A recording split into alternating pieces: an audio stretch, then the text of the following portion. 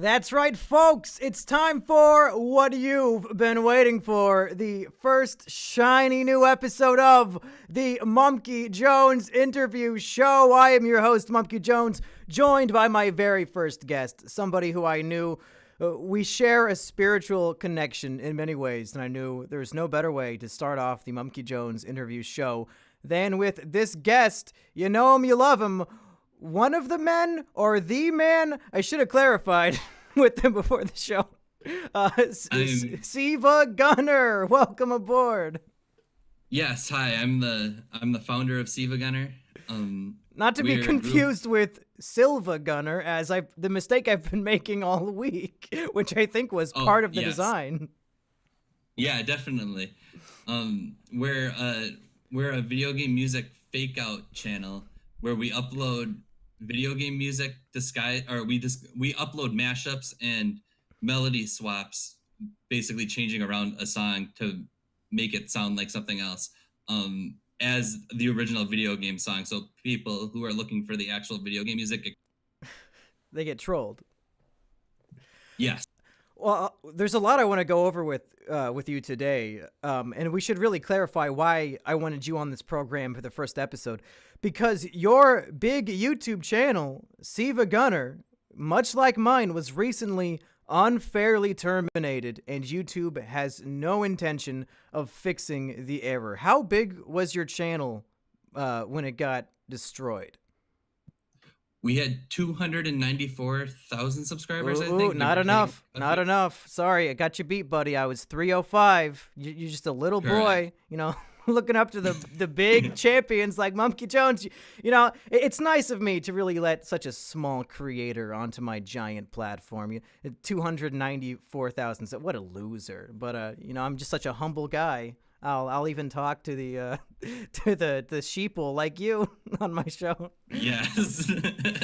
Yeah. So what was the excuse? You're just uploading remixes of video game music. Why does YouTube take down your channel? Well, it was actually through copyright reasons. However, YouTube refused to send our counterclaims to the copyright holders who had claimed us. So we had no chance of getting our channel back. It was, even though it was a copyright thing, it was definitely YouTube's fault on this specific matter. And how exactly does a video that is a remix get copyright stricken in the first place? How does Nintendo or Game Freak recognize, say, a song from Pokemon Emerald when really the upload that you made is not the identical song file? It's very different in ways that I will explain later on, because as I was trying to, I'll admit, I had not heard of your work until you guys were terminated. And in the last week, as I've been doing my research, what you had here is like a comedy onion. And I know when you explain a joke, it becomes less funny. But I think this is the rare case where the more onion layers I peeled back, the funnier what you're doing became. But back to the original question of how the fuck did this even get flagged in the first place? The particular videos that got flagged were mashups, actually. I think it was several anime songs. I think we got 3 copyright strikes in one at like the exact same time by the same company. Yeah. Yeah, it's bad. But like right at the same time, I don't even think that should be allowed. Like 3 strikes from a single company. It doesn't make sense to me. It doesn't make sense to me either. As everybody knows, I'm in a similar boat. I got 6 strikes all at the same exact time, and it kind of eliminates the whole point of a strike system. It'd be like in baseball, you get 3 strikes before you're out, but it'd be like if they threw 1 pitch and then said, okay, you're out. You only need the 1. You don't even get a chance to reevaluate your swing for the second and third strike. You're just out immediately. So why even call them strikes? Why not just fucking terminate us? Because that's what they want to do anyway. Exactly. So I want to go through the journey I had figuring out what SilvaGunner is supposed to be. First of all, I could not figure out what it was called. I thought it was SilvaGunner, which is, again, by design, I have to assume. So I did the research. And I want, as I tell this story, as I tell your story for you, I want you to interrupt me and tell me whether or not I'm accurate or wrong. This is based on literally 25 minutes of research. How does that sound? All right, that sounds good. Okay. From what I understand, your channel traces back to all the way back to 2010 with a real channel called SilvaGunner. A guy who would just upload video game music to YouTube, and evidently he was a big hit sensation just uploading tracks from a video game's OST. He kept getting taken down for copyright, and eventually he quit.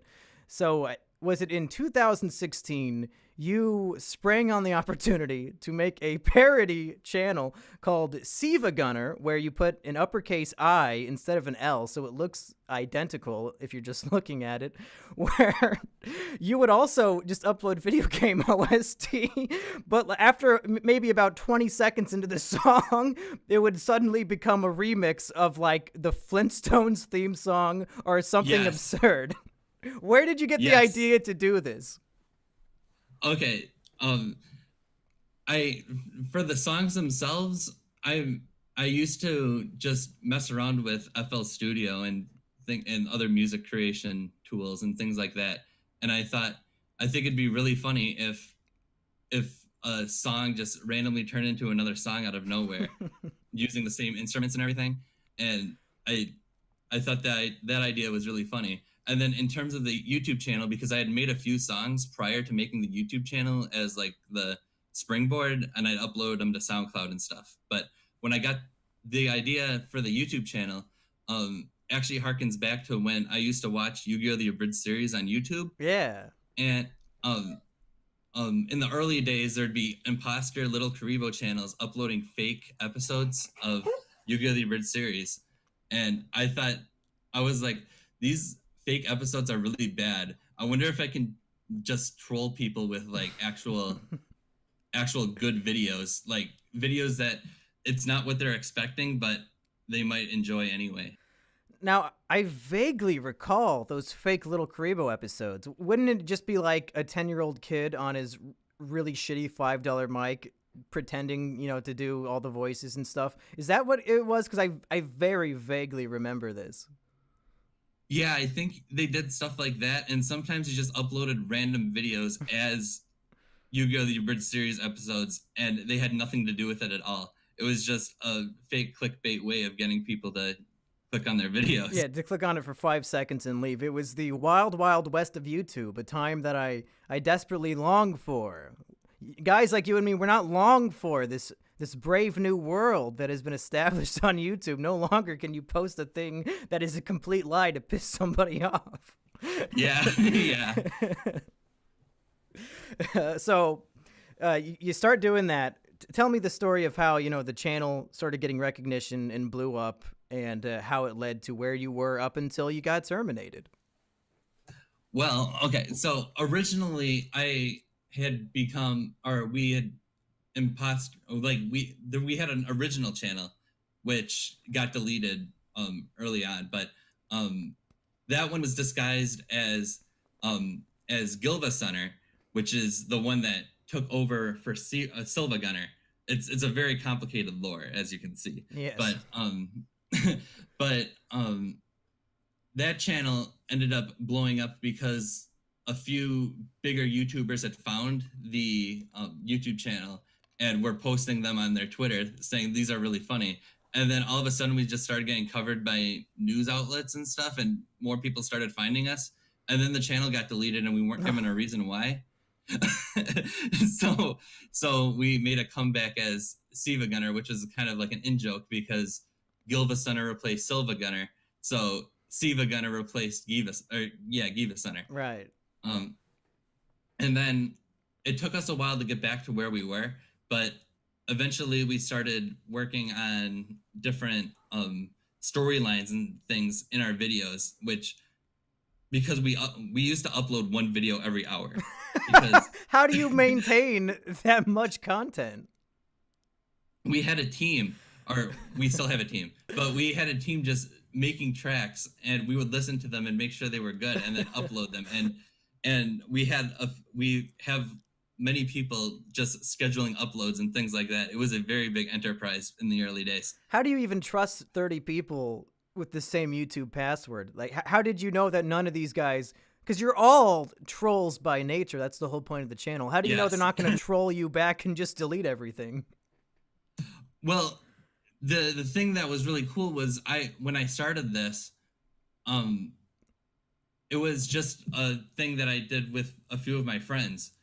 And as we went on, we were able to make more friends basically. And eventually we were What's just that able, like? I was able to, Making oh, it's friends. insane. Teach me the Yeah, secrets. yeah, yeah. And it was just, it just kept blowing up, I guess. And once, once we had enough people, I was able to see who I thought personally was trustworthy with access to the channel and things like that. If we can go on to a technical level, because clearly you guys are very talented at something that I didn't even think was possible. Break it down as much as you can for a normie like me. Because when I hear a song from Pokemon Emerald, and then suddenly the same trumpets and the same exact sound of the game is playing the Flintstones theme song, how the fuck do you even begin to make that a thing? How do you make the video game music sound identical when you're remixing it to something else? Well, what we do in most cases, there's some cases where we just recreate the song from scratch using the same instruments. But a lot of the times, for Pokemon, for example, there's a program that if you put a ROM in it, it extracts all of the MIDI files in the game, and it comes with like the instrument file too. So you can put that in an audio like program like FL Studio, and you can use the exact same sequence data with the exact instruments, and it sounds like it's just in the game. And then each instrument is separated by a different layer, and you can just adjust the melody depending on what song it is and things like that. It's such a brilliant idea. Everything about it just makes me so happy that it existed and that it still continues to exist despite getting completely yeeted off of YouTube. Uh, I mean, I have to imagine the people in the comment section who weren't in on it. Did you just get hate comments every day saying, "What the fuck is this?" Or was it generally everybody understood pretty much immediately? At first, it was kind of I we like it was like the first few months was really the part where it didn't really go very well in the comments. But beyond that, then everyone started getting in on the joke and things. And there's specific videos like the really popular ones. Like we had one from Kirby, Yogurt Yard, that turned into Take on Me. And the comment section just did not understand the concept of it. And like people like legitimately thought this was from the game.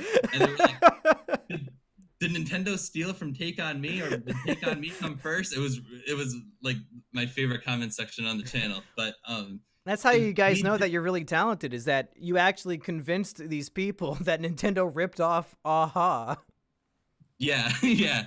And uh we never really got that many hate comments, honestly. Like it's actually surprising because we uploaded so fast. Like I think we got more comments based on how fast we uploaded, more so than when we actually like tricking someone or something. How long did the channel maintain hourly uploads? Was that like a one-day special, or did this go on for a long time? We uploaded hourly from March of 2016 to September 30th, 2016. Oh my And god. Every hour on the hour? Or like, yes, every hour on the hour, and sometimes we did half hours too. what the fuck? How is that possible? That's insanity. Yeah, we had a lot of submitters, and people were really passionate about it. That's awesome. Because I went through, you guys now have a backup channel, and I only saw like, 40 or so videos on there, and I figured that was your whole history. But no, you have a catalog of literally thousands of these hidden away Yeah, somewhere. we have like 9,500 videos or something. Oh my god. Have you personally listened to every single one? Not at all. Yeah, you cut out. What'd you say? Not at all. We had Oh. we had a team of quality control people listening to rips too, which made the process easier for everyone. I mean, this is such an incredible community you have built up of people who are dedicated and passionate to doing this ridiculously funny project. Was there any sort of incentive for them beyond trolling and having fun? Like, were people making bank off of this, or was it just like people are passionate about doing something stupid? We didn't do anything to make money off of the channel. We never monetized it.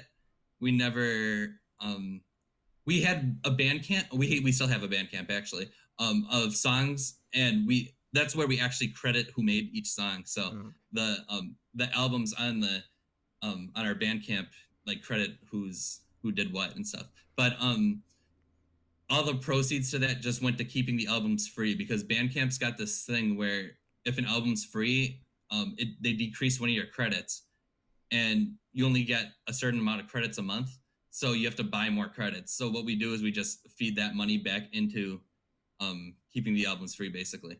And yeah, we sold posters at MagFest. That was the first time we ever actually did something money wise with the channel. But yeah, everything's just been because we like having fun with it. So that sounds like some egregious shit to me, that a channel that wasn't even monetizing their remixed, repurposed music, you're not making money off of it. So to even take it down for a copyright strike in the first place seems ridiculous. The whole point of a copyright thing is so that the owner of the music gets the money for it. You're not even making money off of it, and it's transformative in nature. So this just makes me even more upset that they took you down for that. Yeah, I agree. Like, I don't really understand why they did this. Like, it I the thing that bugs me the most is YouTube didn't even send our counterclaims to them, and they said that they were invalid. Um, yeah, it just bothers me. And there's something else that bothers me. I'm sorry, No, no, go but ahead. I'm just getting mad. um, YouTube's copyright copyright defense thing for your counterclaims has a character limit of 500 characters. Right. And that makes me upset because we have to explain why our videos are covered under fair use in a way where we can defend ourselves, and just so the copyright company doesn't just keep screwing us over. And it's hard to do that in 500 characters. The copyright system on YouTube, and I know everybody complains about this shit all the time, especially 2019, I've seen more people ruined due to copyright than ever before, but it is just completely illogical. I did a video a couple months ago called The Monkey Box, where I reviewed 3 different monkey movies and I showed footage from them. And I've had to re-upload it a number of times on multiple different channels. And of course, it instantly gets hit with a copyright strike or copyright notice saying, hey, this video is blocked worldwide, nobody can watch it, and then you have to appeal it. 50% of the time, the company said, okay, this is fine, and let the video exist. And then the other 50%, they kept it banned worldwide. Even this individual company reviewing the same exact video can't make up their mind on whether or not it's fair use. It's completely fucking retarded. Yeah, I agree. We've had copyright strikes before that just got sent back to us after we appealed them, and it's bonkers. And then you send one back, and it just sometimes it's just a crapshoot, honestly, depending on what day, I guess. But before we go into the whole termination side of things, I'm very curious about the lore. What was the lore of this channel, and how do you tie in lore to a series of mashups and song parodies? Well, the lore, it started off with people complaining about a specific source we use, because we use the Flintstones a lot, but then we also Which I use, think is very fucking funny. yeah. we also we also use this anime song called Snow Halation by Love Live. And people complained about that one because it was anime and it was bad. Oh. So we made a video response using Chad Warden, who was yeah. um, Classic. we we sentence mixed Chad Warden to tell them to stop hating on snow halation. So it's like And a war of the great being that is the SilvaGunner channel. This being of 1,000 heads, like a Herculean monster, like Hercules would fight. What is that thing called? With the every time you chop off the head, there's two more. is that the Hydra? Yeah. It's like this Hydra YouTube channel with so many faceless people producing content every hour, and they're going to war with the fans because they don't like anime mashup songs. That's great. Yeah. Yeah, we thought it was pretty funny too. And then they just continued, and actually people started dislike bombing our videos that had snow halation in it. So we made another Chad Warden video, and then we did a thing where we removed all of our well-known jokes, which is like the Flintstones and snow halation, and we replaced them with Family Guy, the Family Guy theme, and a different anime song. And we had a storyline that went along with it where Chad Warden was trying to get back the channel from this faceless creature named the Voice Inside Your Head. Terrifying. Because he hates anime weeaboo bullshit. And yeah, it was that's how the lore started basically. Was there any resolution? Did anybody win this war, or does it still rage on to this very day? After we did this storyline and that little arc concluded, people started liking snow halation, and it just continued on. We had also gotten hate for during 2016 we would get hate for every news source we'd introduce, because we would try to introduce things that made people upset intentionally. So we used the Nut Shack theme, which is this really bad animated series. And we just used that theme over and over, and people got mad. And then eventually that kid made that Pokemon Go song that was really bad, and we started putting that in our videos also, and people started hating that too. So we kept trying to make them mad using different sources just to rile them up a little.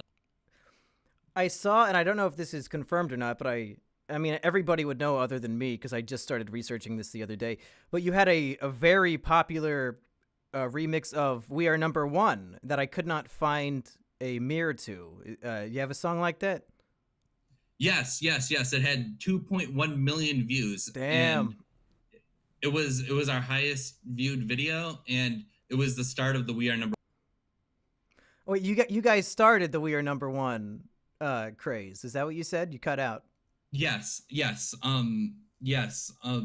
original, we had actually used "We Are Number One" earlier. Nate Mango made a song using the Kirby instruments to make a "We Are Number One" remix. But then afterwards, another person made the "We Are Number One" actual video that blew up really big and eventually got people to, introduced to the song, and that's how it got spread around, I guess.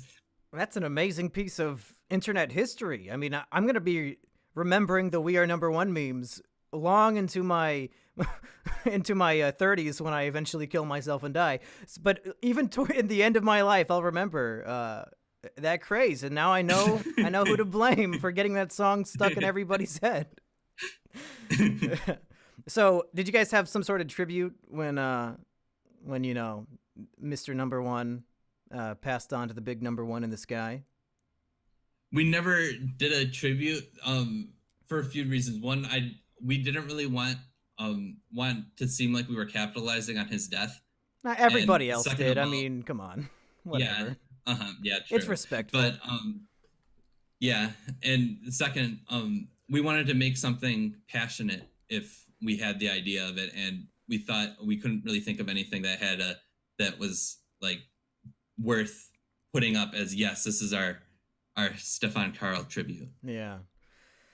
Well, I guess I also owe all the sadness I felt from his death. That's your fault too, I guess. So fuck you. Making everybody care about this guy from a show that really nobody would have really paid attention to. All the heartache and grief in the world, I'm also placing on your shoulders. Damn it. Yeah, too bad. So let's jump to the day of retribution, the big one. I think this is just a few days after I myself got terminated. Everybody is furious at YouTube as it is, and then even worse than Mumkey Jones, the SilvaGunner channel goes down. What was your initial reaction? Because if I believe you were at a convention when it happened, is that right? Yes, we had actually gotten the strikes earlier. We had gotten the strikes on December 17th, I think. And basically, we had time to send counter notifications. So the reason why we weren't allowed to upload, but we were allowed to send counter notifications. So we didn't really tell anyone because we expected the channel to come back up eventually. So we could re-upload things afterwards, and then I could be clear with the channel. I didn't want to worry anyone about it. So we just kind of went silent basically for a little bit, and then when we were at Magfest, do you kind of regret that now? Like, do you? Because I feel the same. Oh, I feel regret when my channel was under attack. I wish I would have posted some sort of update while I still had the 300,000 subscribers. They're like, hey, everybody, quick, go follow me on Twitter. Hurry before this is gone. But I really didn't capitalize on that because I also thought it would be fixed in no time. And now, hundreds of thousands of people don't even know that I'm gone. So do you guys sort of feel like maybe we should have done more to capitalize on this before it was too late? yeah, we probably should have. We couldn't upload videos because of our strikes, but Right. we maybe a community post or a couple community posts just pointing people towards our backup channel, which we've had around since like 2017, just in case something like this happened. Um, so yeah, I do wish we would have been a little more open originally, but I'm happy the channel actually went down at Magfest because we had a panel the next day, and we were able to we were able to basically turn our panel into talking about why the channel got taken down and things like that. So The panel became a funeral. yeah, definitely. Did you sell a lot of posters then? We sold I don't know the exact numbers, but I think we sold at least 100 posters. Shit. I think, yeah, I think it went pretty well. At least one good thing came out of getting your entire life's work deleted. Yeah. And we also have backups of every single video that we've ever uploaded. So Well, that would at take. the very least, I mean, that's a century-long job re-uploading 10,000 videos, though. yeah, and YouTube's got some sort of spam filter too. So we're trying to figure out the best way to automate this process of re-uploading ththese videos because yeah, their spam filter like kicks in around like 40 videos a day, I think. So so it'll take a little bit to re-upload all 9,000. So we're trying to figure out the best way right now. This YouTube has a specific filter that says you can't upload more than 40 times in a day. That's really funny. Like, I can't even imagine any context other than this specific thing where anybody would ever need to upload that much. Anyway, so you do the panel. Is everybody like, are they having a good time? Is everybody in high spirits, or are they depressed and on the brink of suicide like I was in the days following my termination? It was a very stressful period, but I think the fact that it was at Magfest was really good because we were all around each other and we could try to figure out what to do next and just we could focus on the plan because it wasn't, at the very least, it wasn't like a sudden thing. Like we had expected that this was a possibility. So we were prepared somewhat. We weren't prepared for like how sudden it was, but we were prepared for the prospect of the channel getting deleted. And at the very least, we were able to keep in high spirits by doing things at the panel, like playing a crab rave meme of the channel getting deleted and things like that. So at the very least, it would have been a lot worse if it wasn't at a convention. Yeah. The people behind the convention, did they approach you to get you guys on the panel, or was it more of like you guys said, hey, we got this YouTube thing, can we come do a panel at your convention? How does that work? I've never been invited to anything in my life. We got invited last year also. they'd come to us asking if we could do a panel for them, and we signed autographs, and we did we got hotel rooms. It was nice. It was a nice experience. Is there any sort of moment where you guys show up, you're in the hotel room, suddenly the channel's terminated? Does the guy, managing the event, does he come up and be like, I don't know, guys. I mean, we only want YouTubers here. Last I checked, there's no channel. We're gonna have to cancel the panel. Like, did they say anything about the termination at all, or did they just not give a shit? They did. They really didn't care, honestly. Like, I think I even made a joke to one of them. If I remember correctly, I actually notified one of them that we didn't have a channel. They just laughed. Heartless asshole. It was a very, yeah, it was a very chill experience. Well, MagFest, if you want to get the Mumkey Jones and SilvaGunner co-hosted panel, I have an upwards of 18,000 followers now. I think that's big enough to have a panel at a huge convention, right? Hook me up. Definitely. I think. Yeah, I think that's how it works. I think everybody gets a panel now. Surely. I should have capitalized on what I had when I had the chance. Now I have nothing. Just a man sitting in a blazer and a cop hat, sweating his balls off. So, we're about done with the storytelling portion, folks at home, and we want to open up the second half of the episode to fan questions. Now, I'm going to prioritize any donation questions, but of course, we'll go to the normie chat to get questions as well. So if you have questions, hopefully for the SilvaGunner channel, not for me. We'll save that for later. Hit us up, and we'll get to them. But my question is for you right now. Are you ready? Are you sitting down? This is a big one. Yes. What are you going to do moving forward now that your 300,000 subscriber YouTube channel has been terminated from the internet?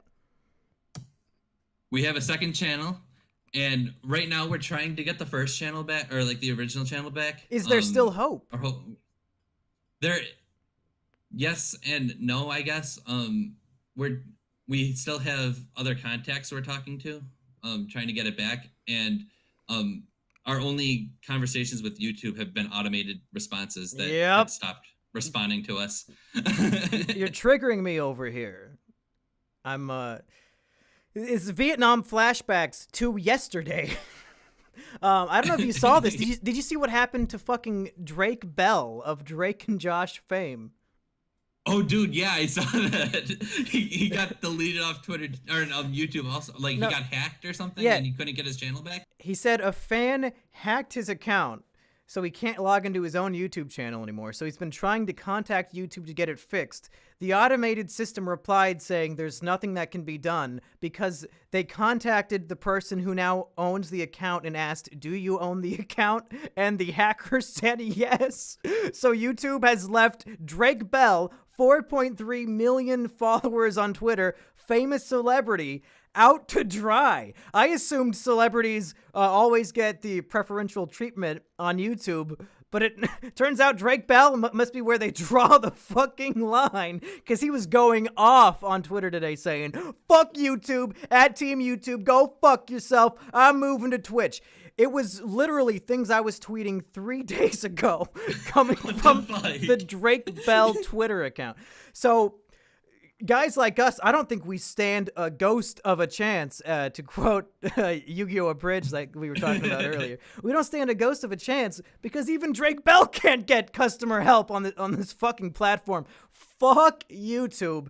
And when you say yes or no, yes and no to is there hope, based on Drake Bell's experience, I'm going to have to probably lean towards no. I've given up on hope for my channel completely.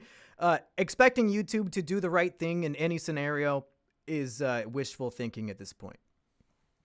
Yeah, I totally agree, honestly. I've kind of lost hope too, but at the same time, I really want it back. Yeah, man, I know exactly how you feel. There's just that sinking feeling deep in your gut where it's like, man, everything in my life would just be perfect if they would give back what they wrongfully stole from me. And I know that's not true because I was just as miserable the day before the channel was deleted. But now that it's gone, it's like, oh, no, man, my life was so much better back then. But I know it wasn't. It's like this weird justification that's going on in my brain. And I think now is the time to shut that feeling down and realize, as the iCarly theme song would suggest, a song that Drake Bell, a dear friend of the show, I think helped produce. I think he was a backup singer on that song. You've got to see the brighter side of every situation. And I think, despite both of us losing our biggest platform on the internet, perhaps there might be a brighter side to the situation. Namely, me fucking around on Twitch and having the artistic freedom on my website. What is the brighter side for the Gilva Sunner 2 YouTube channel, or whatever you guys are calling it? I think the brighter side is we can basically start back from basics. We had gotten really different from like how we uploaded songs originally and stuff, and I think now it would be like the perfect time to do a little bit of a throwback and just bring it back to basics. One of what we did on the 9th, which was the third anniversary, it was one of the anniversaries of the channel, the original channel. We uploaded songs that were the songs that are up on the channel right now are basically just our essential songs. They're songs that we're known for, or the songs that we really enjoyed on the channel, like enjoyed the most. It was basically the best starter's guide. And yeah, we re-uploaded those. We had a lot of fun on that day. It was a lot of good vibes that day. So I think the brighter side to that is we can just start all over from scratch, basically, and that's a curse and a blessing in some cases. Now, here's a question that I am sort of scared to ask because I don't want to accidentally force this into the universe. But when my channels were deleted, I also had backup channels. I even had backup channels that I didn't own. Somebody else owned it. But all of those were found by YouTube. I think they had like a police drug sniffing dog, but virtually sniffing out edgy Mumkey content. And they banned all of those channels too.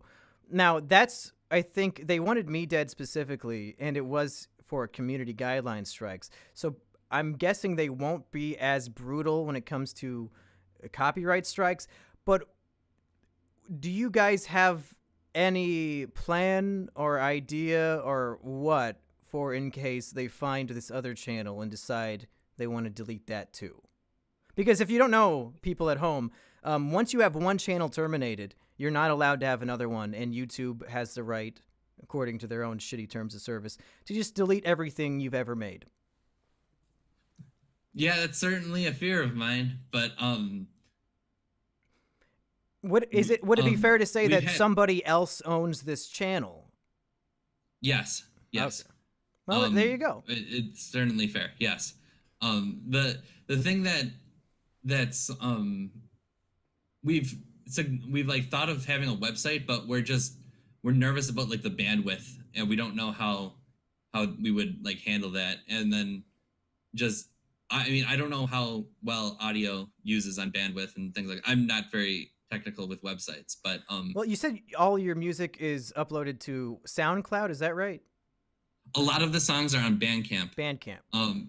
Not all of them though, because we have like 9,000 songs, but a good chunk of them are uploaded on Bandcamp. Well, I would say you probably don't need to worry too much about all the bandwidth and stuff, because what I do on my website is I just embed all of the content from a bigger website like Vimeo. So I mean, surely the Bandcamp would take the brunt of that if you guys made a website, because the music wouldn't be hosted on the website, it would be embedded, right? Oh yeah, that could work actually. I think that could be a way too. We could upload to just like a different video site or something for like the video, because we have some videos that have visuals and things like that are cool to see. Yeah, like a bunch of crabs dancing on an island. Oh yeah, definitely. Yeah, things like that. All right. I'm going to open it up to the chat questions now. I think we had one asking if your real name is John SilvaGunner. Can you confirm if that is your real name? My name is not John SilvaGunner. I apologize. Damn it. I thought we had the hot scoop. I thought we were going to dox you once and for all, but no. They're saying, yeah, everybody in the chat's upset that your name's not John SilvaGunner. Dang it. How do you deal with the guilt of killing God? Is that relevant to you, or is that just a random question? It's not that relevant to me. No, it's not. It's not a meme I'm missing out on. Yeah, I wasn't aware that I killed God, so I'm sorry if I did. Spano Spy wants to know, what is your favorite source? I really enjoyed using the Nutcheck when it was first around. That was because before we started using it, it wasn't that well known. You guys keep starting these fucking memes that I can't get out of my head. You motherfuckers. Like a few YouTubers had covered it, but like it wasn't like really widespread really until us. So that was a fun one to use. We had another source called Puzzle Room, and that one was basically we accidentally uploaded a shock video kind of to our channel, and we had the Puzzle Room song from Kirby Planet Robobot playing, and then at the very end it flashed an image of a Harlequin baby. Which, if you don't know, it's pretty much a baby with its skin inside out. Very delightful to pop up in what I assume is a child searching for his favorite Kirby song. Yes. So we were kind of like, that was uploaded without my knowledge, basically. Oh. So when I found out, I removed the video and I broke character on Twitter. And I probably shouldn't have done that. But eventually we started actually using the Puzzle Room song in rips and like just videos in general, just because we thought that situation was funny. I imagine as soon as somebody hears that, their asshole clenches up, waiting for the next Harlequin baby to pop up. Yeah. Who is your favorite Ripper? I assume this question means something to you, because I assume a Ripper is somebody who is just making these things.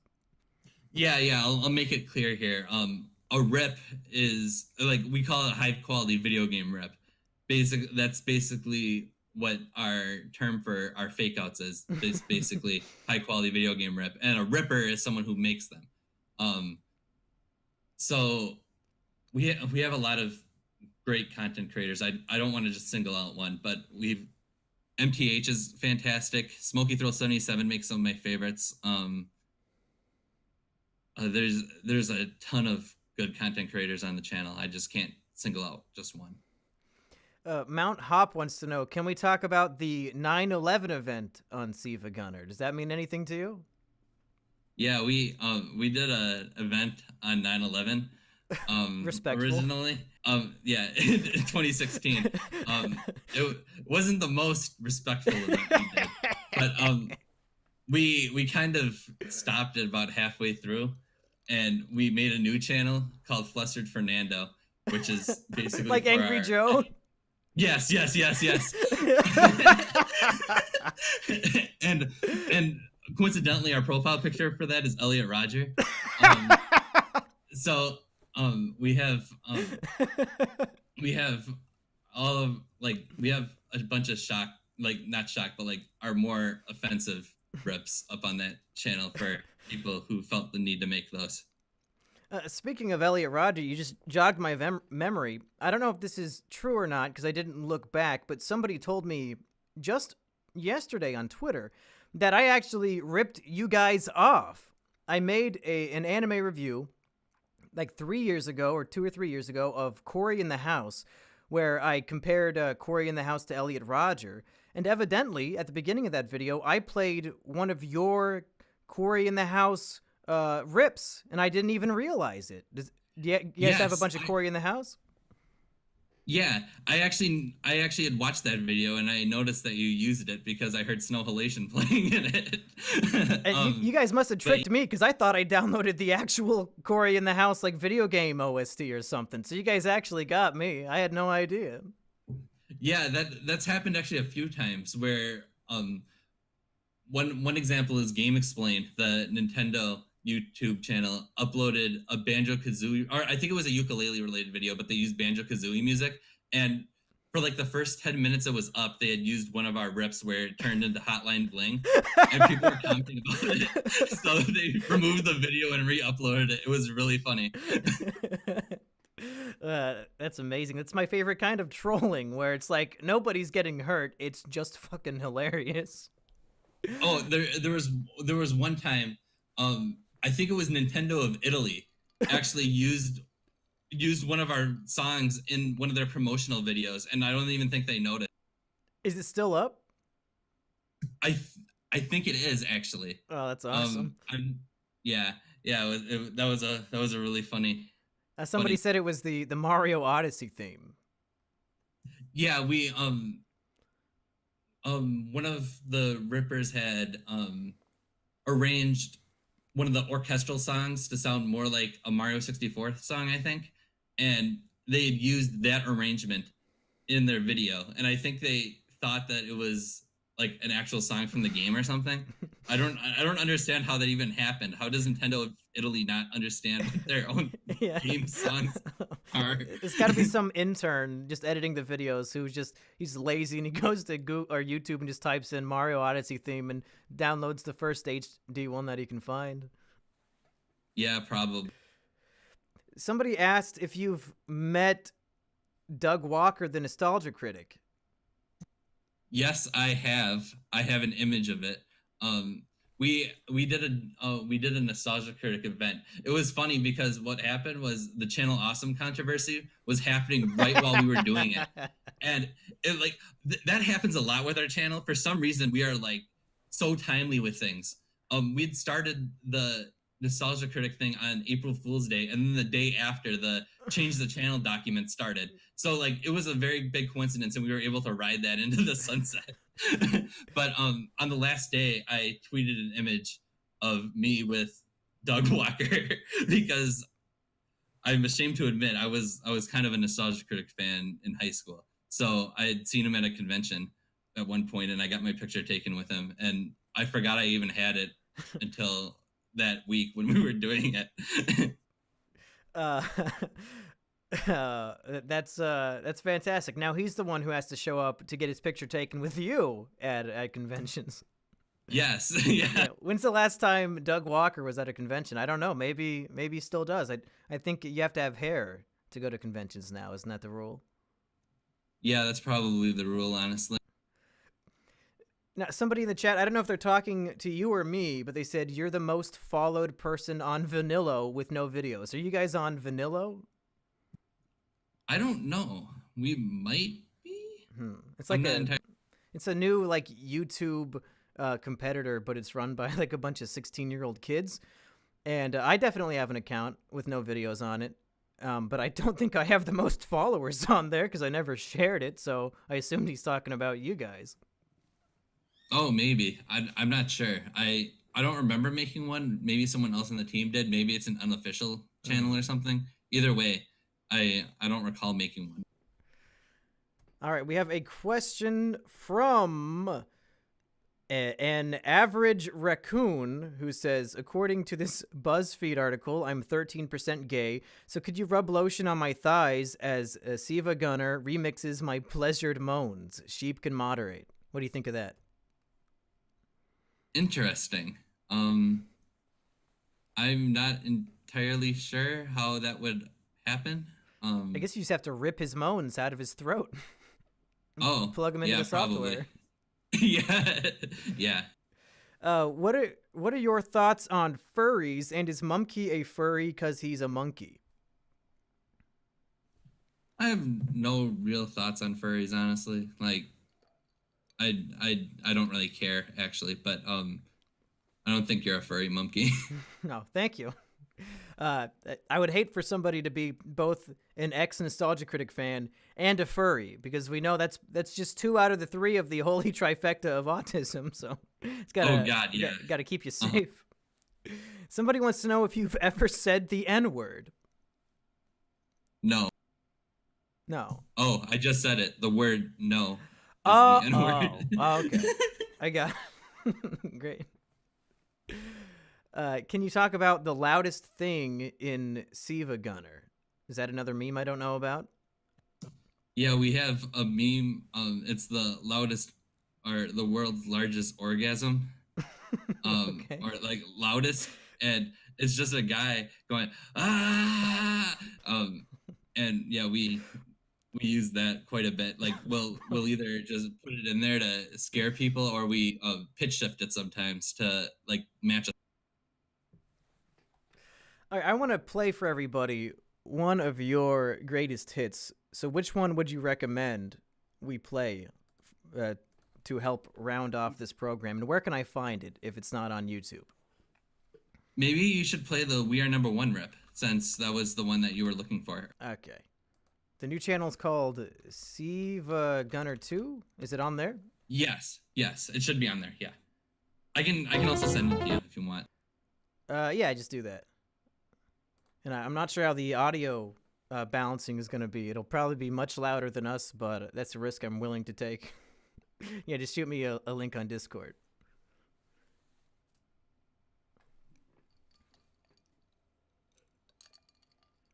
Oh, we've got people recommending their favorite ones in the chat. That's cool. All right, folks, if you wanna hear some high quality rips, here's an example of what's in store over at SilvaGunner 2 on YouTube. Here is "We Are Number One," Lazy Town, the video game. Let me know if you can hear it.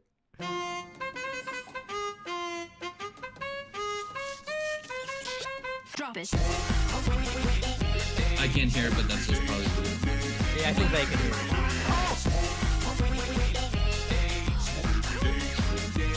Oh, this is Snoop Dogg.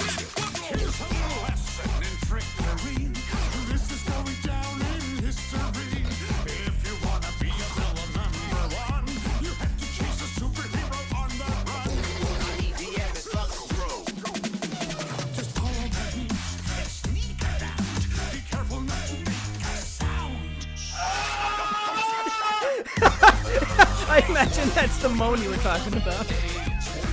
Probably, yes.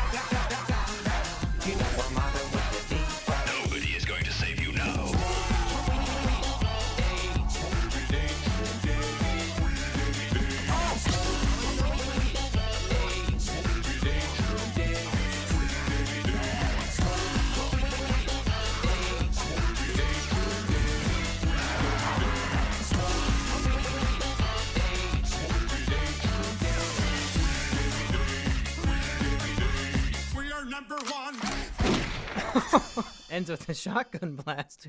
Who got shot by "We Are Number One," man? Yeah, I don't know. Well, I posted a link to their channel in the chat. I'll do it again real quick so everybody can go check it out for themselves, as they should. You're telling me there was a YouTube channel posting that caliber of content every hour on the hour for almost a year? Yes, yes, there was. Fucking insanity. How many It views was were a you lot. guys getting like per video on average? On average, we definitely got at least 10,000 views per video. That's so Sometimes like every 24,000 views a day. yeah, and every once in a while we'd get one that would break 100,000 and like 50,000 regularly and stuff. So like it wasn't always just the 10,000 ones, but I think that was a very good consistent view count. I can't even imagine following a YouTube channel and I go to bed, wake up the next morning, and they have 9 new videos in my sub feed. Like, how would I even go through and watch them all? There's so much content. That's so funny. Yeah, I think what a lot of people would do is just find games that they were interested in and focus on those, and then the really dedicated fans of the channel would go through all of the videos that they missed and It might be your guys' fault that YouTube's sub box doesn't work anymore. They might have seen how much you guys were posting and said, "Fuck this. We're not letting the sub box send videos out anymore. Let's just push more Logan and Jake Paul instead of actually making the sub box work." So that's my theory. I'm just gonna blame you guys again for this horrible tragedy. God, yeah, probably honestly. All right, folks, we're gonna go to the top of the hour. So hit us with your final big questions, and we'll see who's lucky enough to get in. And maybe we'll round up the show with one more remix because I really want to hear another one of these on air. If you have a suggestion, otherwise I'll take one from the chat. Yeah, maybe we should take one from the chat Okay. because yeah, I chose the last one. All right. Everybody in the chat, ask questions and let me know what song you want to hear. And now the chat's going so fast, I have no chance of reading anything. Okay, here's a generic question for every artist.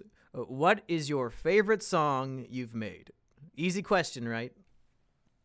My favorite song that I made I'm a big fan of Maroon 5's old band, Kara's Flowers, because before they got famous, they had a band in LA that was really small and didn't do anything. And we made an arrangement album dedicated to one of their unreleased albums, and I ended it with a full band cover of one of their songs.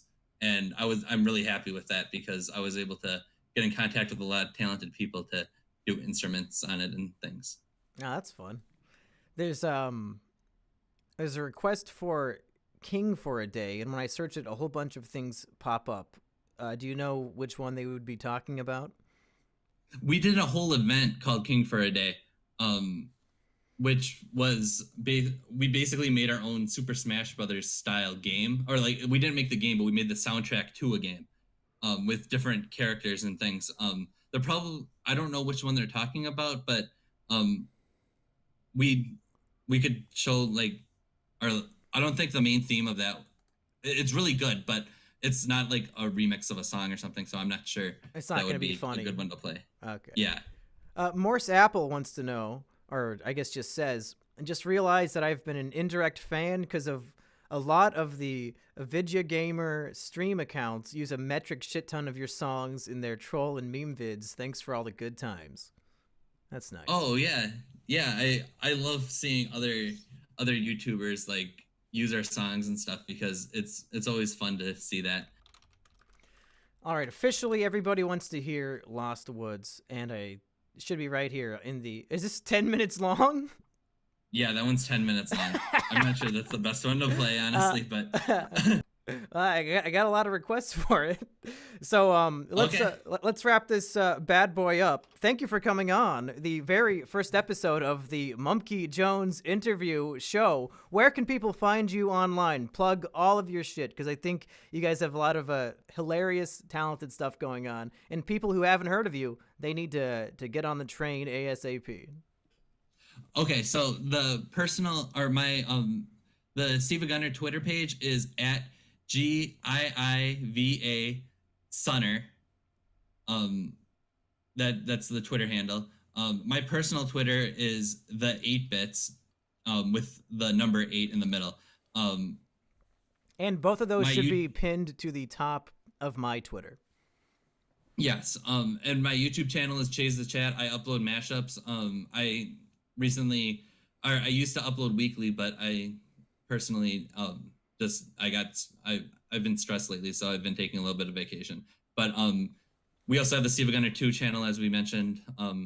Hopefully, I'm not counting on it, but SilvaGunner 1, hopefully it comes back soon. But yeah, you can find us at SilvaGunner 2 on YouTube. Yeah, just I hope you enjoy our songs. Well, speaking of enjoying songs, we've got a 10-minute song that everybody had to hear. So, for the first episode of the Mumkey Jones interview show, I've been Mumkey, and I'm just going to mute my mic and let this bad boy play itself to the end. Thanks for tuning in, everybody. Thanks.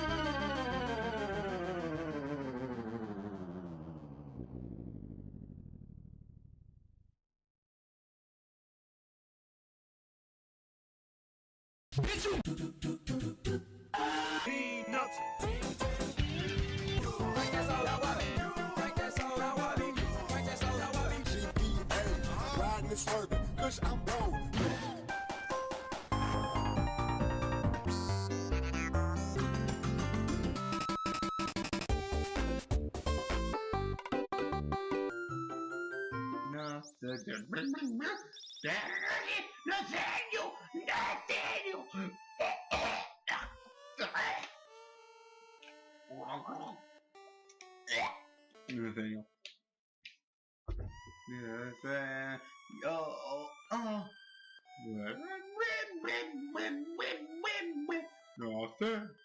Oh, church is. If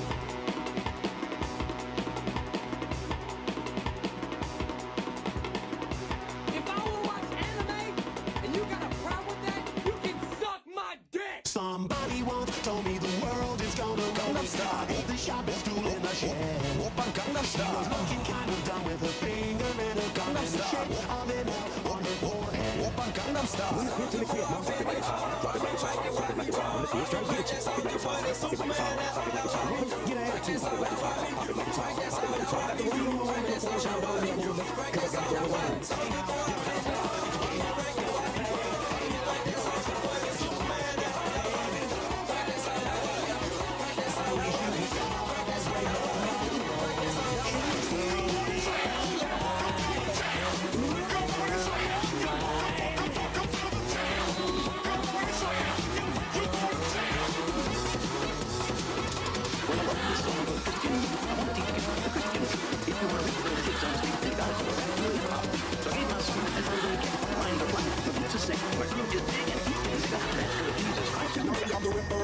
Daddy's worst nightmare. Can't you leave, baby, can't you leave? I'm When right that there. girl walks in with an itty bitty waist and the power of single face you get.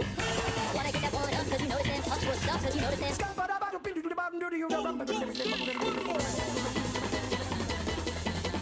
Who is the father gentleman? Okay, it's childish Gambino on your trumpet like the NASDAQ. New white girls like it's talking up my ass crack. New black girls, cause men fuck it out to either. I love pussy, I love bitches too. That should be running Peter and Adidas with some short.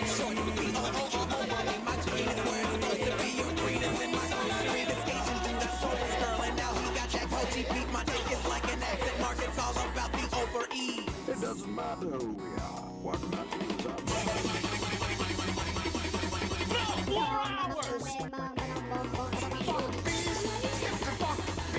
call me on my cell phone. Hey, you guys are watching Bird Up, the worst show on television.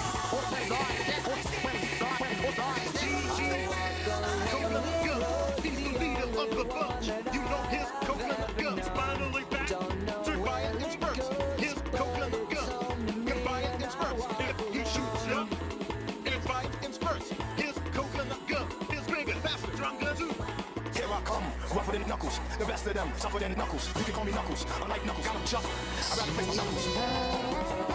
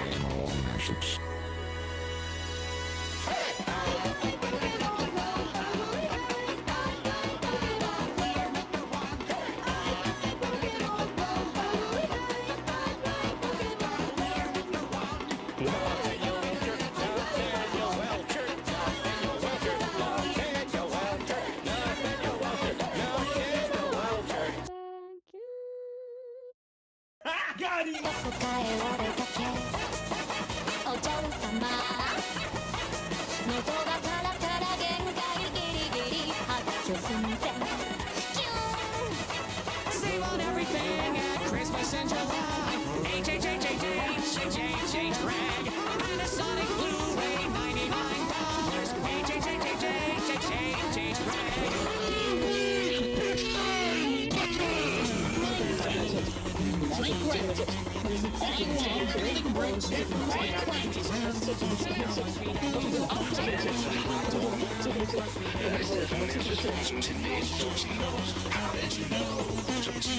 H Pickle Red, smoking big reveal. Beautiful girls, they only wanna do it, sure.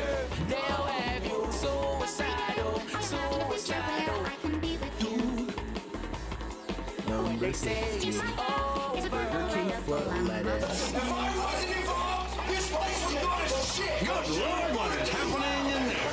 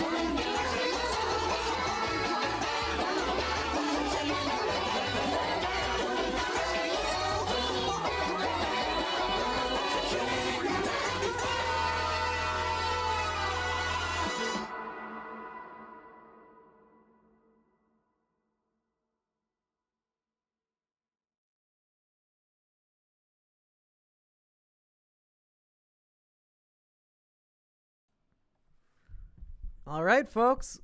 We did it. The full 10-minute song.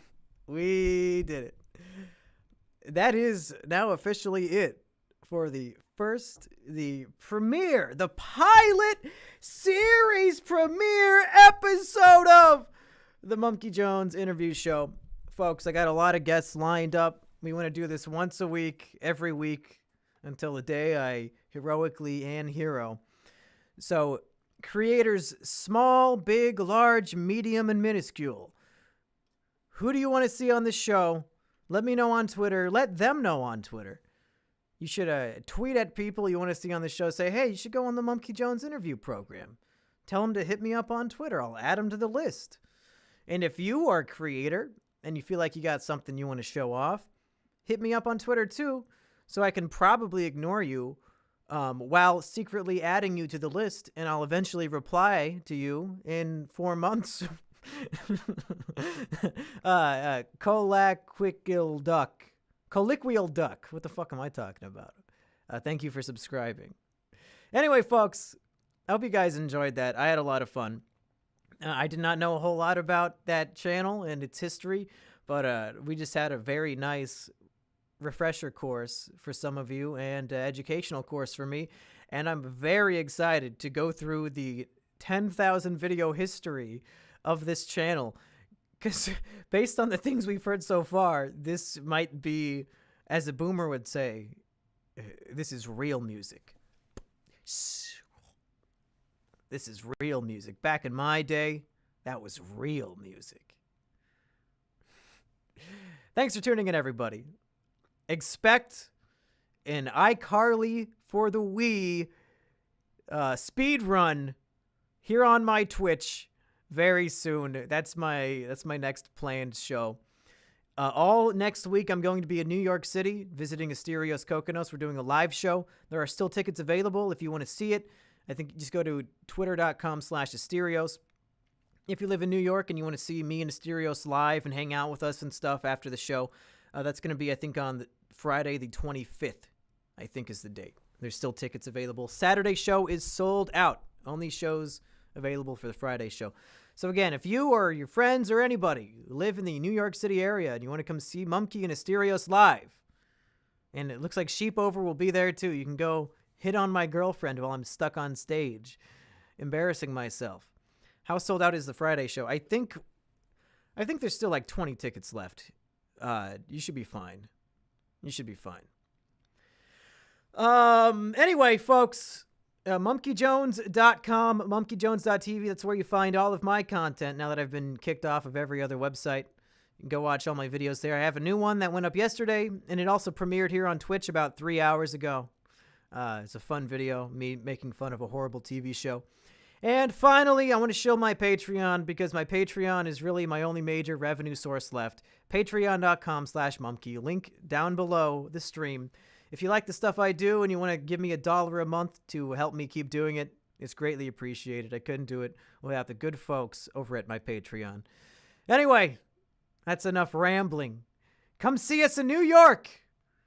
Friday the 25th, I believe. You better be there. Drag your friends and family who don't know who we are. They'll be very confused and very disappointed. See you next time.